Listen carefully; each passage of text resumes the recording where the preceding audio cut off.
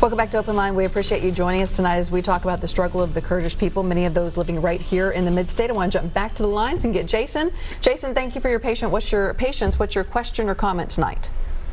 I just wanted to say that I have been over to Erbil in Kurdistan, and it's more referred to the capital of Kurdistan, in the KRG. And I want to say it is beautiful over there, and the people there are just insanely friendly. Like, I felt more love from the Kurdish people than I did some of my own family. Wow. What took you there? Why were you there? What took you over there? I was volunteer work. Oh, great. I just, I wanted to go and, help rebuild villages, and just help out the local, because they don't have anything like FEMA. And the people there are just so beautiful, and even the food is just magnificent. And I love that I moved down here from Michigan down to Nashville, and I love the Kurdish restaurants that we have here, because the food is just, it's free tea, and the tea there is magnificent.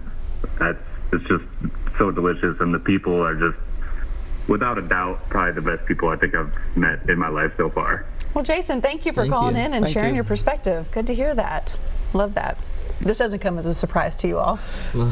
Well, it's overwhelming. We really love that, and we hope that we get more of the same support. And maybe this is a really good occasion to mention this, and we really want our Nashvilleians and everyone, your audience, everyone to get on their social media, get on the phone, call the representative, their senators, and demand change to this decision of pulling troops out of Northern Syria, to reverse the changes and make sure that those people are supported and protected by the United States and our soldiers. You all know that the news cycle can swing very rapidly from one thing to another, and of course at the beginning of this month it was very much on the withdrawal of troops, and then there was the ceasefire, and then word just last week that troops were going to go back in and protect the oil fields from ISIS. What is your reaction to that? Is this a good move? Is it an effective move?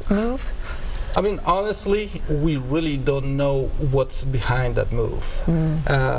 I've talked to some of family in Northern Syria, and they looking at this as if United States is more concerned about oil than humans and the difficulties that exist in Northern Syria. I personally do not believe that.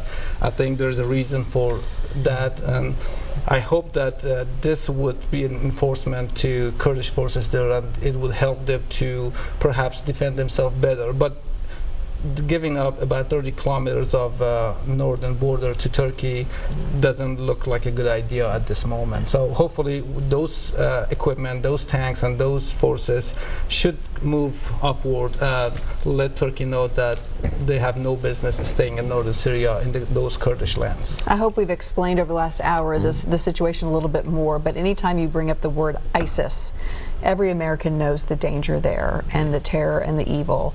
And this has been a long fight for the Kurdish people against ISIS. It has.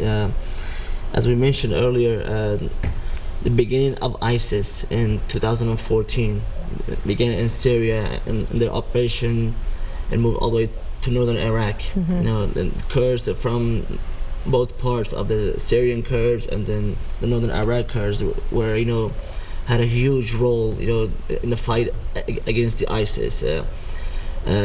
Kurds were the main force on the ground, main boots on the ground facing the ISIS since the beginning of 2014 up until yesterday. The defeat of the caliphate. ISIS leader, yeah.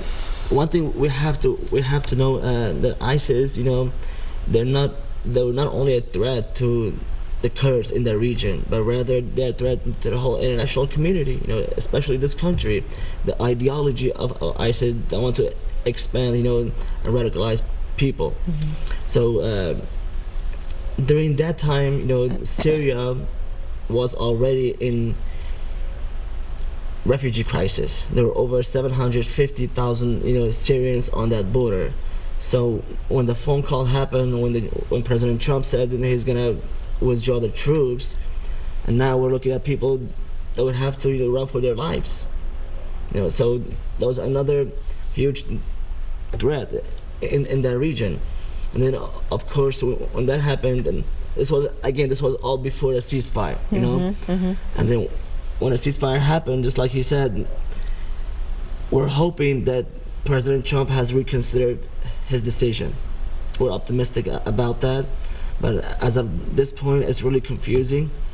And especially after there was an agreement between President Trump and Erdogan, and then on the other hand, there was a agreement between Russia and Turkey.